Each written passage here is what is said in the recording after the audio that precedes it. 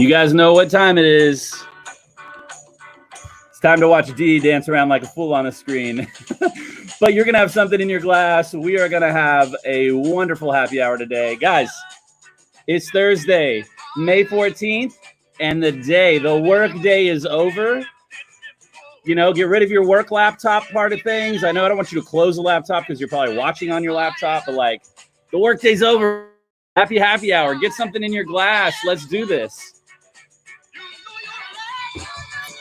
You guys know the drill. We're going to give folks a few minutes to get in the room. I'm going to post where you're from, what's in your glass. If you're a newbie, you know to put 3 stars in the comments because we want to shout you out. Who are we saying hi to today? It looks like Nikki. I love Nikki's mindset here. Happy Friday Eve, Nikki. That is what I'm talking about. Sarah, good to see you again in San Antonio, drinking Petnat. We're on our way there. You can see mine is not yet open. I've got a little backup rosé. Bill, what is up? Bill and Monica having Petnat party in Lake Jackson. Guys, I'm finally getting to have my Petnat party. Y'all know we talked today. Chris and Catherine stole my Petnat happy hour, so we're making it happen. I'm having my own Petnat party. Might be a party of one, but I think with all of you guys, it's going to be a party of a lot. So I'm in. Jeffrey in Arlington with some Bingham Mourvèdre. I love it. That's a good Mourvèdre. Pam in League City also having some 18 Petnat. All right. That's last year's vintage. I like it. Who else we got? Alta, Frisco. Still can't open the Petnat without the spew. Guys, it's a wild wine. You know, you just got to embrace the wild. Y'all, there is nothing else I'd rather be doing in a beautiful day. The sun is out. The temperature is warm, but not too warm. I'm in the shade. I'm wearing shades. I'm drinking rosé. I'm hanging out with you guys, listening to great music. And my friend Molly, who I haven't been able to see in a long time, is joining us today. So I hope y'all are ready for a really fun happy hour. We're going to talk about big whites today. Woo! Katie, drinking a custom wine cocktail concoction. All right. I like it, Kate. Reed, you can't have my Petnat, okay? This whole bottle belongs to yours truly. I'm probably going to drink the whole thing, and I'm not sorry about it. Anthony, what's up? Good to see you here. Janice, still in Chicago. No Petnat in Chicago. Oh, we got to get you some. You know we can ship to Chicago, right? You know about that. Ben's telling us, make it really cold. Y'all, it is 5:02, so I think it's about time we kick this thing off. I hope you enjoyed the tunes for today. I haven't heard that. It's a little bit of a throwback, but I'm drinking some backup rosé. Y'all remember my friend Celia joined us on Monday from Suerte, and she was recommending the Touriga Nacional from Arno Roberts. So guess who dropped by Suerte to see Celia, get some great tacos, and she was kind enough to send me home with a bottle of Touriga Rosé from Arno Roberts. So that's my starter, my apéro wine, because I couldn't open the Petnat without you guys, because you know I talked yesterday. I'm breaking all the rules, and I don't care. We're going to have fun with a wild wine. I'm going to shake it up. I'm going to probably do something fun to open it. Not going to give that away just yet. But let's say hi to our special guest for today, Molly. I am coming at you. Guys, Molly, how are you? I'm hanging in. Yeah. I feel like that's the right phrase for now, right? Like we're hanging in there. We're hanging on. Hanging on, doing my best. Did I see appropriately that you were able to get away to go see some like water? Like you were on the coast for a little bit just to, clear your head and get some good time with friends? Yes. My girlfriend, Catherine, who's also been quarantined. We've all been super quarantined. So we know at this point we don't have anything. It was just me and her, and we went down to the coast and fished and hung out and drank a little wine. I miss the coast so much. I love the water. I feel like for me being on the water, it's like a peaceful refresh. Just want to look at the waves. But gosh, it's so good to see your face. I miss you a lot. Tell me, where are you currently located and what are you drinking today? So I'm currently in my home here in Houston, Texas. I've been here for about 2.5 months now. It was about a month and a half before I got furloughed from Pappas Steakhouse. But I'm coming back eventually, and I am drinking 2017 Jordan Chardonnay.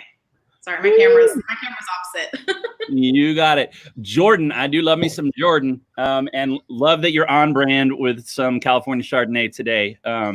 Okay, Molly, we have so much to dive into with Big Whites. We're going to come back and see you in just a little bit, but I have a pet nap party I need to get to, so I'll be right back. We'll see you in just a little bit. Guys, who else is joining us? Let's add a few more folks. Anthony is drinking ice cold Coors like the mountains are blue today. Alan, Sugarland sipping Cazadores Reposado on ice. Guys, this is it. Like, you know that. You can drink anything on the William Chris Happy Hour. We just want you to put something in your glass, join us, log on, connect, finish your work day. Guys, this is like, we're almost done with week 8. We're so close. We got one day to go. It's Friday Eve. Y'all. Let's do something fun with this pet nat while y'all are hanging out in the comments. I'm going to break some rules here. So I just have to preface this with, we always tell you there are very strict rules. Maybe rules is the wrong term. Let's call them hot tips. There's some hot tips about what you should and shouldn't do with this pet nat. And I'm about to do all the things you shouldn't do. Okay. First of all, I've been sitting out here getting the show ready, and this sucker has been sitting on the table. And so it is not as cold as it should be. So I'm breaking that rule. Second of all, you shouldn't be jostling it at all. I'm about to jostle the snot out of this bottle. And you should have a glass very close to the tip of the bottle and quick and get it ready so you can pour that wine immediately and lose as little as possible. But this is a wild wine, guys. The wildness of it is actually what brings it such incredible character. It's why it's fun for celebrations. It's why, like, honestly, it's delicious with food. You don't want to dumb down the wild, in my opinion. So this is a personal opinion. I know some people like boring pet nats. You get the little, like you can barely hear it when you open it. And I get it. Like, those pet nats can be fun too, but not for me. Like, I want it wild. I want it crazy. That means the flavor is going to be there. That means the carbonation is going to be there. So I'm sorry, not sorry, that I'm about to break all the rules that we tell you are hot tips for how to avoid this. So I'm also going to be using a very large kitchen utensil let's be honest, I don't use a lot ever, maybe, because I don't do a ton of cooking. So I'm not even sure, like, what kind of knife this is. So, like, what the actual purpose of such a large knife would be. I don't think it's a butcher. Like, it doesn't look like one of those big, thick butcher knife things. So let's just hope, 1, that I don't hurt myself. 2, that wherever the end of this bottle ends up is not going to break anything. Hopefully I'm going to shoot it into the trees, and hopefully the whole bottle doesn't like bust in my face. I am wearing goggles, so I have safety goggles. All that to say, guys, do not try this at home. I am a trained William Chris pet nat professional. You heard that? Okay. Do not sue me. I am a trained professional. You are not. Do not do what I'm doing. Okay. So this is a little devil's advocate thing, right? Like, woo, shaky.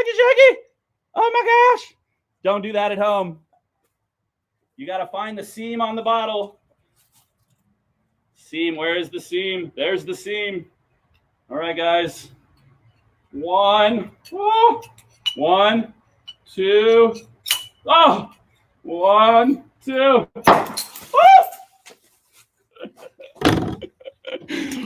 Oh no, I still got some. Guys, this is why you don't do this at home. Y'all. Okay, first of all, I am covered in it and I don't care. I'm going to smell and taste good all day. I'm wearing my wine. All right, guys. That was awesome. I hope somebody caught that on slow-mo because I don't even know where half that bottle is. Hopefully it's on the ground over there. I think I heard something fly over to the house. Guys, don't do that. I broke all the rules, but look at that. I mean, come on. All that goodness, all that sediment, that's what's making it so wild. I mean, let's talk about this for a sec. Guys, the reason I love this wine is because of the acid that's in it. So you start out with this like tart note, almost like a lemon rind kind of thing, but tons of, for me, tart berries. Like I always think berry when I drink this wine. I'm going like raspberry, maybe a little bit of tart cherry, underripe strawberry. When they're still not quite like juicy and red and fully ripe, but still have a lot of tartness to them. That's what's here.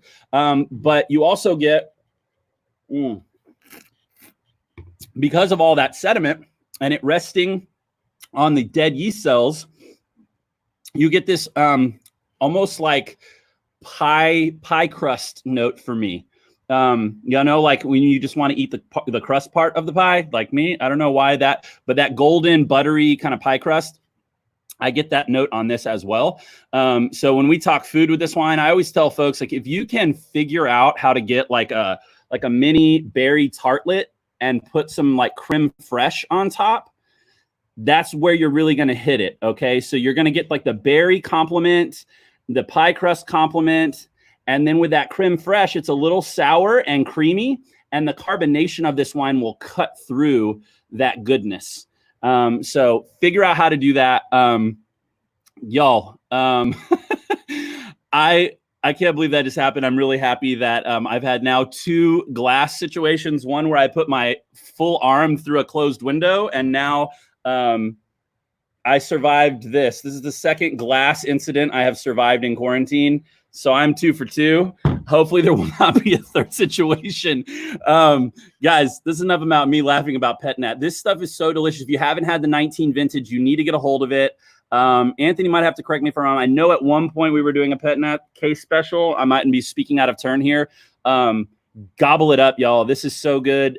It's got a blend of a lot of different grapes, like 7 or 8 different grapes. I'm not going to go into all of them. There's a huge chunk of Mourvèdre and Sangiovese and Merlot. It's also got some white grapes in it. It has some Malvasia in it. That same kind of grape that goes into our Mary Ruth, also in this wine. So delicious. Honestly, you need to store a few bottles back for Thanksgiving, so you should already be doing your Thanksgiving planning. Rosé, and especially rosé with bubbles, is so versatile. And so you need something that goes with all those different food groups that you see on the Thanksgiving table. And people are always like, well, what do I serve that everybody will like on Thanksgiving and will pair with like every different kind of food? Well, this is what you need to have. So go grab a few extra bottles, maybe a case, store it back. You can drink it in the kitchen while you're making Thanksgiving, the night before Thanksgiving, while the football game is going on, while you're eating Thanksgiving, and when you're having dessert.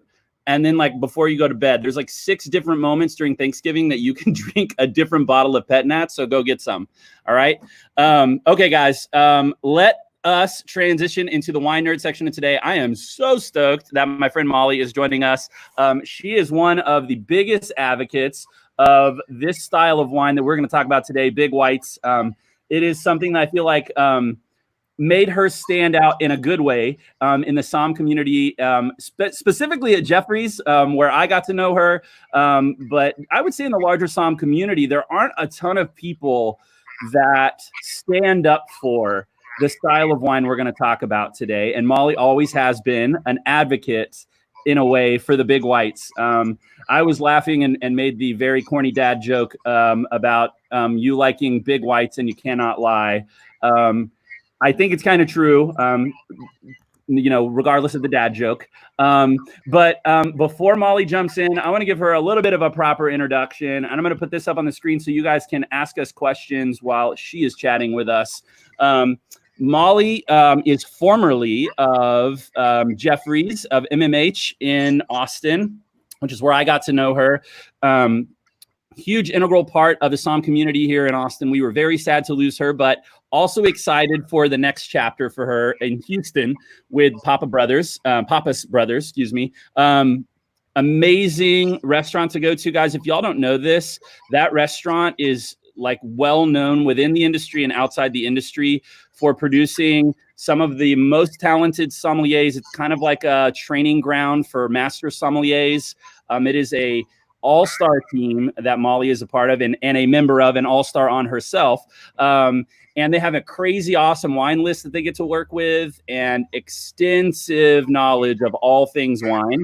And so, guys, while we are talking today about Big Whites, if y'all have any questions about really anything wine related, Molly is going to be a huge help with that. So don't be afraid to ask questions, even if it's not specifically about Big Whites. And I think I just had a glass shard in my finger. Yep. Guys, this is why you don't do that. Okay. Crisis averted. It's time for big whites. But before we do that, Molly, will you tell us first, like, where are you originally from and how did your wine journey get started? Yeah, so I'm originally from Boerne, Texas. I did a little traveling in my youth with my parents around the country, but ultimately from Boerne. And I actually lived in Paris right after college, had a very awesome opportunity to work for a fashion designer. But every weekend I was lonely, so I would go to Burgundy and I would drink wine there. So my story is not typical. It's kind of the same. Yeah, no kidding. What? I had no idea that was part of your story. Yeah. So, I mean, Burgundians are the sweetest, kindest, cutest people you've ever met. And like, you feel like you're in the Shire. You know, if there's anyone that's going to make you love wine, it's Burgundians. And the wine just happens to be incredible. So, yeah, just so happens to be some of the like best wine in the world, most would say. Well, that's quite the start to your wine journey. Yeah. So originally from Boerne, spent some amazing time in France. You were in California for a while, though, no? Yeah, I went to college in California, but really was not part of the wine scene at all. I took a break from restaurants during college. So, I mean, I could have been running up to Napa and Sonoma every weekend, I suppose, but I just didn't think about it at the time. So yeah. Okay, well, you ended up back in Texas. Thank the Lord for that. I am so happy. I also happen to remember and can never forget, you have quite an affinity for a certain sports team down in San Antonio, don't you? Oh, the San Antonio Spurs. I love that so much. It's one of my favorite tattoos on any person ever. First of all, can we talk about how sad it is that Tim Duncan's not there anymore and David Robinson's not there anymore? And like, I just like tears every day. I watch the, whatever Last Dance with Michael Jordan. And I think, man, like, when are they going to do this for the like dynasty that was Pop and the Spurs, I know. I can't talk about it. I don't want to think about it. Okay, sore subject. Let's bring it back. We're gonna not talk about sad things. Let's talk about things that bring us pleasure and joy, like big whites. So first of all, what the heck does big whites even mean? So maybe start there, and then we'll get into the nitty gritty. Yeah. So what defines a big white for me as a somm is maybe not necessarily what other people would think of when they think of big whites, like. Does it mean aromatic? Does it mean texture, mouthfeel? Does it mean tannin, which is more rare in white wine? But for me, it's kind of a textural thing. And so oak imparts a lot of body on wines, a little bit of oxidization, malo-lactic fermentation in some cases, lees stirring, all these things that bring like an oomph, kind of like an oily, waxy, like luscious is probably a better word, but like this rich mouthfeel also comes from alcohol, which I'm a big proponent of in my wine. Amen. Preach that gospel. I'm in with that. Also, would you also consider, because I know that like a lot of these things we're talking about dry white wines most of the time, but would you consider sugar one of the components that could lead to big white wines? Absolutely. And, I'm also a big proponent of sweet Riesling. I love it. People always say like, oh, I'm not that into sweet wines, but they drink a gallon of lemonade every week. And I'm like, if Riesling has high acid and a lot of sugar, you should just be drinking that, but yes, sugar, I mean, it can diminish acid, which gets confusing because you have a sweet Riesling and you're thinking like lemonade. You're like, oh, it's not just lemon juice. It's kind of sweet and it's kind of delicious. But the acid is really like way up there. Yeah. I mean, you don't have to tell me twice. I mean, I honestly, like, I think I could drink Riesling for the rest of my life, as long as I could have access to like all the different styles of Riesling. Especially now that I got to meet a few producers who are making orange, like skin contact Riesling. I was like, I'm done. Like, we can just hang it up. I'll just drink this one grape for the rest of my life because I can get it in any style, including the sweet stuff. Like, man, dessert Riesling, especially when you age that stuff. Holy mother. I know. Okay, sorry, I'm getting distracted here. So we talked about all these different components that can lead to what we would call big, a lot of that having to do with this mouthfeel, this texture in the mouth. maybe take us in a few examples, maybe start somewhere that we're all probably pretty familiar. Maybe that wine that you're drinking right now. So I've always been a big proponent of New World Chardonnay when it's made well. And I've been exposed to the bad stuff and the good stuff. And the good stuff like really stuck with me. So I'm drinking Jordan, which is partial malo-lactic fermentation. So not fully, like we're not talking Rombauer, butter bomb, like banana pudding. But it does have like a rich and creamy mouthfeel. It also sees about 6 months in new French oak. So it has like, a little bit of cinnamon, nutmeg, like kind of those sweeter baking spices. I love that. And it's just got, it's got a little bit of tropical to it. Like I love tropical fruit. It's mostly what I eat. And it has a little bit of pineapple, but it hasn't moved into like guava, papaya, nothing like that. So it's just like for $30, it's so easy, smooth, but big, rich. Like it gives you the body that you want, but it's not, I think, too luscious for other. Yeah. Talk to me, because we've talked about malo a few times here, which, short for malo-lactic fermentation or malo-lactic conversion. Talk to me a little bit about what that is, because this is the wine nerd section of the episode. And I know my viewers out there, they love to get nerdy a little bit. So why does, and maybe if you want to spend just a second on what malo-lactic conversion is, because we've talked about it a couple of times here, but good refresher, and how does that make a wine big in a way? Totally. So the way that I learned malo-lactic fermentation, I think, because I'm kind of a visual learner, really helped me. So basically you're taking malic acid and you're converting that to lactic acid, malo-lactic. So malic acid is a very harsh acid that's found in a lot of wines. And if you bite into like a green apple and it's super tart and like everything back here is ringing, that's malic acid.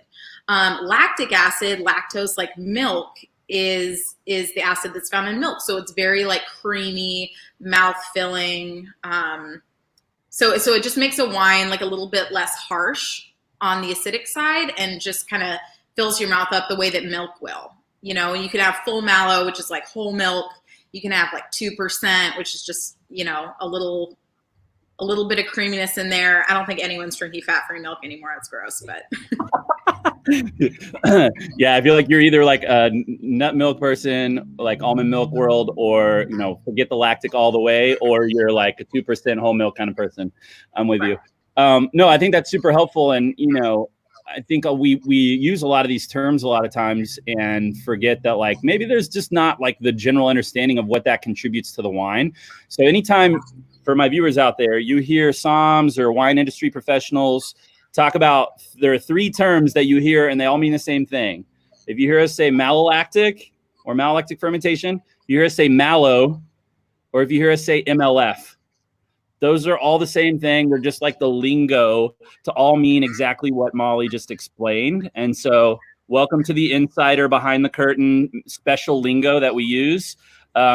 Not on purpose to confuse you, because we really do want you to enjoy the wine and know what you're drinking. So, okay. So we talked about Jordan Chardonnay, but just like Chardonnay in general, would you, like, what makes Chardonnay as a maybe category of wine already kind of starting from regardless of the winemaking, right? Like regardless of who's dealing with the grapes, like what's unique about Chardonnay that you would already start out with a little bit more body?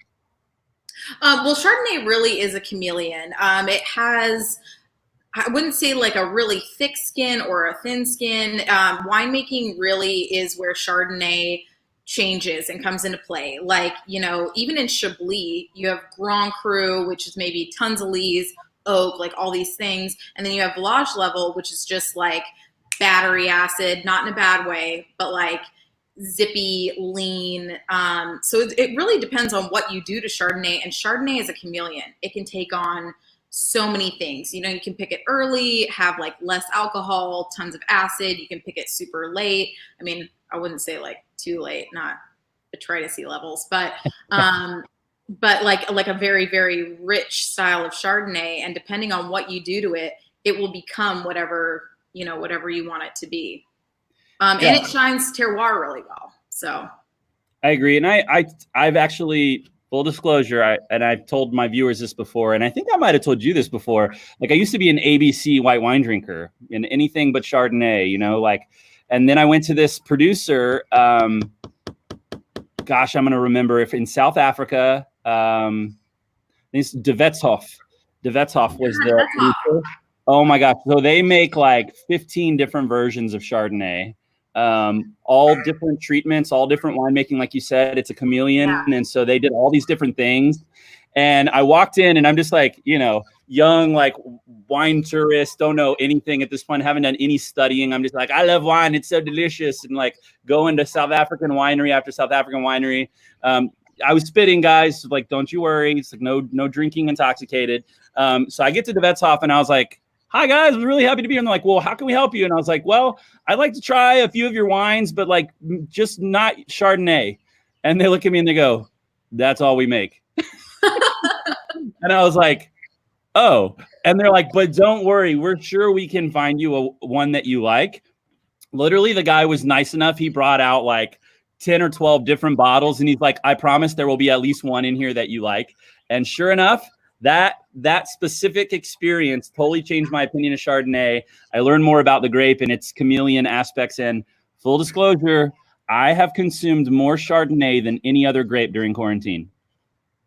So I would not have expected that. If somebody had asked me like, hey, you're about to spend, you know, the next however many days at home, what do you think you're gonna drink the most of? I'd have been like champagne or like easy drinking reds like Gamay or Cinsault.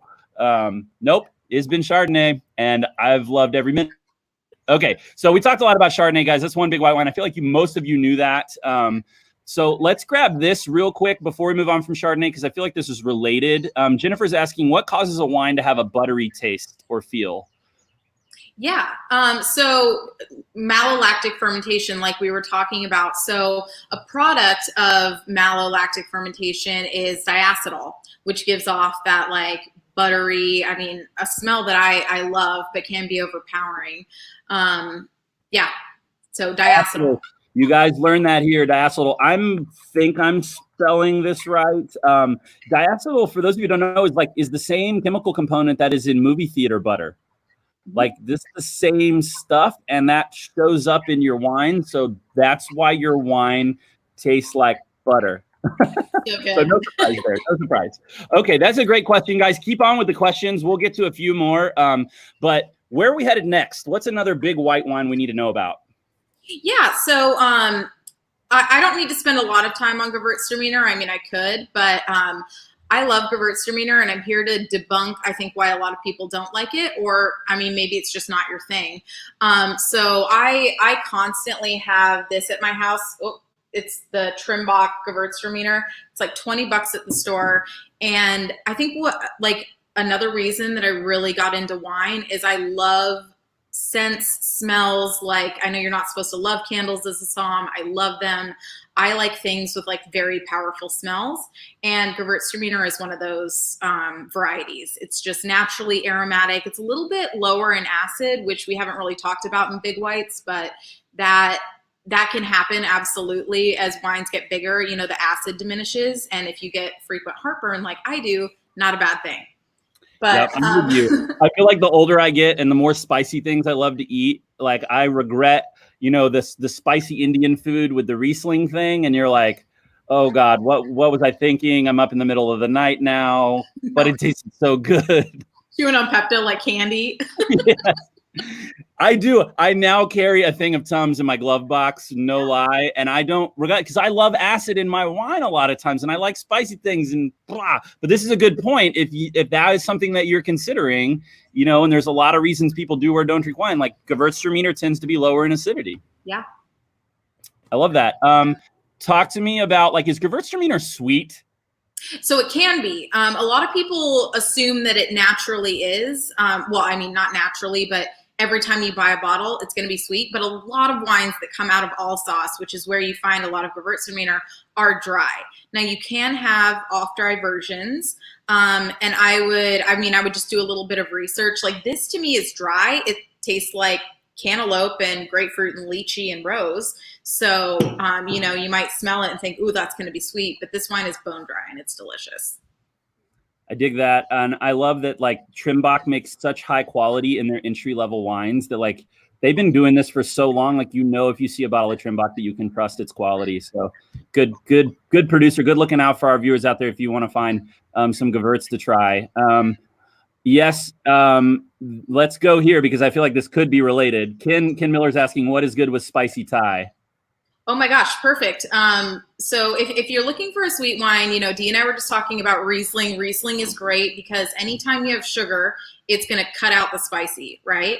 But you could look for an off-dry Gewurztraminer, an off-dry Chenin. Chenin gets pretty funky, and I'm more on the clean wine spectrum.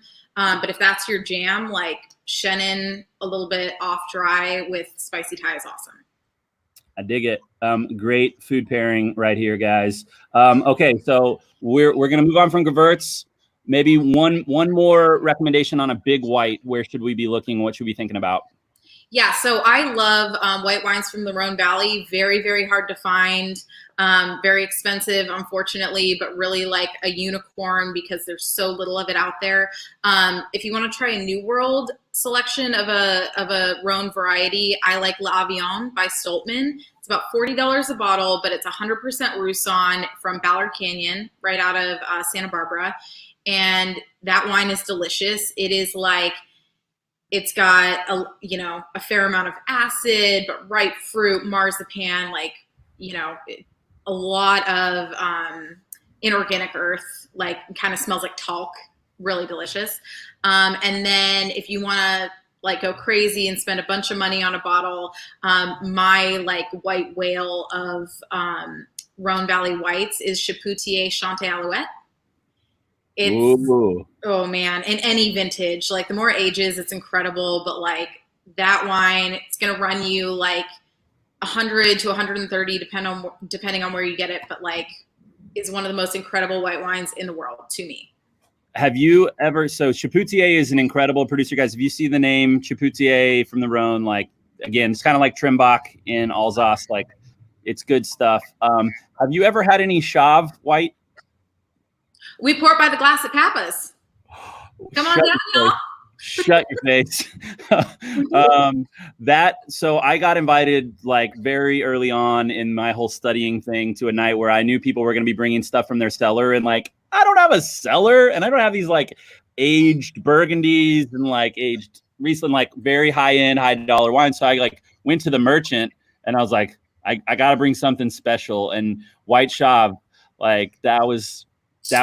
And because I knew everybody else was going to be like, they're going to bring reds and reds and reds and reds. And I'm like, everybody remembers that white that they can't like shake. So I don't know. That's the way, when I go to these high-end tastings that I get invited to sometimes by either industry people or, you know, brands that are nice enough to invite us, or a collector, I always feel like the whites are the showstoppers. And sometimes the reds just like, they don't do it for me. I know. Don't sleep on whites. Yes, don't sleep on it. So we do have, okay, first of all, let's answer this. I can answer this one. Bill is asking, does William Chris work with Marsanne? Yes, definitely, Bill. We work with Roussanne and Marsanne, and I think, still have some bottles of Marsanne available. Sorry, Anthony, if I'm speaking out of turn again here, guys. Keep doing that with the whole PetNet special thing. But guys, yes, we work with both Marsanne and Roussanne. Rhone varieties work so well in Texas. That's why we grow so much Mourvèdre. We grow Syrah. We grow Grenache. Guys, that was one of my wines earlier. They're honestly like the Marsanne and Roussanne situation, so good. And I think this might have been the first time that we released a Marsanne. We've used like 5% of it in our Roussanne wine before. But I think this was the first time we did like straight up 100% Marsanne from, I want to say it was One Way Vineyard. So good. Okay, so that's an easy one. Jeffrey wants to know, and this probably not in this conversation, just because, well, actually I can think of one. Let me stop talking out of turn. Best whites from the Loire Valley, and I'll keep my mouth shut. Sure. So the Loire Valley is, expansive, very different from west to east. So if you're looking for kind of bigger whites from the farthest west that you can go, you're looking at Muscat. Muscadet. So a lot of lees stirring. It kind of is like Chardonnay. People call it less serious, and it's not as expensive, but it's delicious. And it has a really nice, it's coastal, so it has salinity, but, you know, they stir those lees around and it just becomes like, you know, really dry, but rich and like nutty, kind of almondy, really delicious. Great with seafood. And then if you're thinking of bigger wines, the further east you go, I think Dee's probably thinking of Sauvignon, or you know, any Chenin, Vouvray, like maybe it's demi-sec, it's bigger. My love of Vouv is more associated with this Vouv, which nobody calls Vouv but me in this moment. Everybody's talking about Veuve Clicquot normally, but guys, Vouvray, don't sleep on Vouvray. Yeah. So Chenin is not like my absolute be-all, end-all favorite wine, but it is high acid, full-bodied, high alcohol. So it's got all the components. There's just like a kind of a funky aromatic thing that happens with Chenin that's not my jam, but I can appreciate a good Chenin. Guys, this is another one that I am just obsessed with. I love Chenin, especially from the Loire Valley, but it's hard to go wrong with Chenin in my book. And yes, it does have that kind of weird, you know, I don't know if a lot of people call it like waxy or lamb's wool or like what, you know, whatever it is that does something weird for folks. I dig it. Okay. So Muscadet and Chenin Blanc, would you include anything else? I mean, you could go Sancerre. You could, if you wanted to talk about that, but I feel like people like there's definitely like bigger Sancerre, but Sancerre I think has, at least in the public eye, because we're not always searching out the most expensive. Sancerre can be a little bit lean, dry. I think it's why it got really popular here, because people were like, oh, it tastes like pink grapefruit and green apples. Like, I want to drink that. But if you have certain producers that are producing a small amount of like very rich, ripe, even oak aged Sauvignon Blanc. So yeah, it's out there. You can definitely find it. But. Yeah, and I think what you're pointing out in answering all these questions is like how important it is for folks. And this is something I had to learn after I, got the like academic side of understanding wine, was really you got to know producers. Like you just have to learn producers and understand what their, habits are, what their tradition is, and how they treat the grape. Because you could have a Sancerre producer that's making a really racy, lean Sauvignon Blanc, and you could have a producer that makes one that's ripe and oaked, and those are going to be very different wines. And if you don't know the producers, you won't know that. And it's okay if you don't, like, if you're not going to memorize them, you don't, work with wines every day on the floor like Molly would. But I do encourage you, if you find one you like, write the name down, take a picture of it, keep it in your notes on your phone, and then bring it up to wine professionals, because if it's a good producer, it's likely they're going to know it, and they can be like, oh, you like that kind of Sancerre or that kind of white wine. Let me help you with, an alternative. So guys, if you're not hearing anything else that Molly's saying to you, like, you got to learn producers. And it's Google. Guys, Google's so great. There's so much information out there in the world now. Just like type in the name of the wine. You'll find a paragraph about, oh, well, they hate oak and it's all stainless steel, or man, these guys love them from some French oak, and the wines are going to be totally different in profile. So gosh, this has been incredible. I'm going to finish your section with a question that I saw here earlier. And somebody was asking, Katie was asking, underappreciated, lesser known white wine that needs to get into everyone's fridge. I mean, I'm not going to talk about Chardonnay anymore because I think it's very well appreciated. And, but I would go back and I would say like Marsanne, Roussanne, especially some newer world versions like Tablas Creek actually brought the original plantings from California over here. So they do a lot. Gewurztraminer is awesome. I know it's not the most popular now. Nobody likes big aromatic, low acid.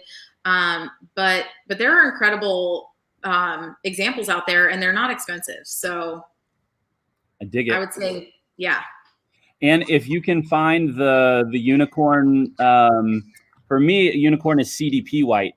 Like if you find some Chateauneuf de Pop white, woo, y'all, that stuff's gonna make you question that whether you should drink anything else white related ever for going forward. So I love CDP white. If you can't tell, I'm a little obsessed. Molly, thank you for dropping all this incredible knowledge. We are so lucky to have you for this. Because we didn't yesterday, guys, we are going to play one round of this or that because we can't not play that 2 days in a row. So before we let Molly go, Molly, I'm going to let you pick the category: musician, actors, or food. Well, I work in a restaurant, so let's do food. Okay, guys, this is the only this or that we're doing today. I want you to drop into the comments. Boom, guys, the only this or that for today. And I'm going to pull Molly off so she has time to collect her thoughts and not react immediately. Y'all, there's only one right choice here: pancakes or waffles. And yes, I'm going breakfast because I didn't have breakfast this morning, and I am very much thinking about having breakfast for dinner. And you should think about that too, mainly because this was going to be like my breakfast wine. And by this, I mean the non-existent pet nat that went everywhere and that I a little bit drank. Guys, waffles or pancakes, and there's only one answer here. And I need to know why. I know a lot of you just like to throw up the answer in there. While you guys are answering, I'm going to let some folks drop it in the comments and let us know. Let's go to Molly first. Molly, I need you to weigh in here. Pancakes or waffles, and I need a good reason. Okay. I'm going to say pancakes because, like big whites, I like something pretty rich and dense. And I feel like pancakes are easier. Like, you know, waffles are fluffy, but like you can make a pancake pretty thick, pretty dense. And I love to put different kinds of fillings in my pancakes. So. Okay, you got to tell us, like, what are some of the top combos that you're going on fillings with your pancakes? Okay, so my number one, believe it or not, is green apple. Super, super finely minced, like apple pancakes are my be all end all. Wow. I'm not a big chocolate fan. I don't really do chocolate chips, but I like strawberries, bananas. Like I'll put anything in a pancake, but not chocolate chips. How do you feel about your old friend Abby chiming in here with some blueberry ricotta pancakes from Josephine house? Oh my God, delicious. Those were the best. Yeah, I'm pretty sure if you put blueberry and ricotta on my pancakes, that I might propose. You know, it might happen. No, I love ricotta. I've been eating so much ricotta. I've forgot how many things I could eat it on and with. It's so like light and delicious. Okay, Molly's chiming in with pancakes, guys. Let's check in with a few folks in the comments here. We have got quite a few things. Anthony saying pancakes. Brian's pancakes. Elise is in with waffles. Bill says pancakes because you can add anything you want and you can stack them. Yes. Bill, I'm not going to be contrarian here, but I am. You can do that with waffles too, bro. Like you can add anything you want to waffles, and you can also stack them. I mean, have you seen like Eggo waffles and me eating like 4 of them at a time with like butter and syrup just drizzling off of? Oh my gosh, guys! Sherry's in for pancakes. Savannah, waffles in the shape of Texas. Okay. I mean, I'm digging some of that. Kate saying sweet pancakes, but savory waffles. Kate, we talked about this. Stop breaking the rules. This is this or that, and there will be no in-betweens, okay? Stop cheating. Judy says pecan waffles. Some people are saying, I'm going to have it because I don't have a waffle iron. I'm going to have pancakes. Like, I get it. Convenience is a real deal. Chicken and waffles. And guys, I'm not gonna lie, this is where I'm headed. This is my answer right here. Like waffles, 100%, because nobody talks about chicken and pancakes. And I love me some fried chicken and waffles. And I want it all covered in syrup and butter and grease and all the things. I also really love Belgian waffles. Did y'all hear that Waffle House you can order like the Waffle House waffle mix during quarantine now. I love Waffle House waffles. Forget it. Waffles wins for me every day. No question. Guys, Molly, first of all, thank you so much for being here. Y'all know that I have these 3 things I got to go through. So, we have given out 3 of the golden tickets. Y'all, 3 of the golden tickets are out, but that means 2 of them are still left. You can still get, even if you have already ordered, I do believe we're going to be giving one away in the middle of the virtual tasting on Saturday. So go get it. You might get a golden ticket shipped to you. You might get a golden ticket at curbside, and you might win a golden ticket during the virtual tasting on Saturday. You don't want to miss that. Get it at that link. Next up, guys, curbside is still open noon to 5. Take a drive out to High. Enjoy the beautiful weather. See the wildflowers. Wave to folks from your car. Wave to our team from your car while you pick up some wine. I saw some of you planning to do that and asking me what to go get.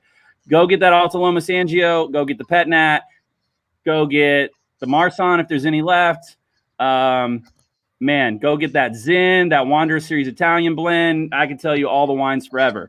Tomorrow, I'll be here, 5 o'clock, just like I always am. And I'm going to be drinking 2017 Mourvedre from the Texas High Plains. And my friend Rania is going to be here. I'm so excited to have Rania on. Another incredible wine professional.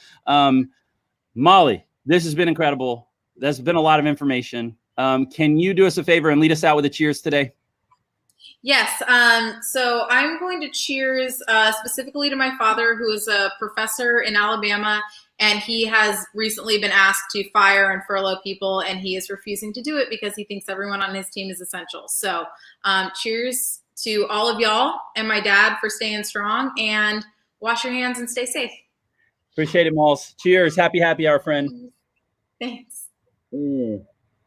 So good, y'all. Thanks for being here.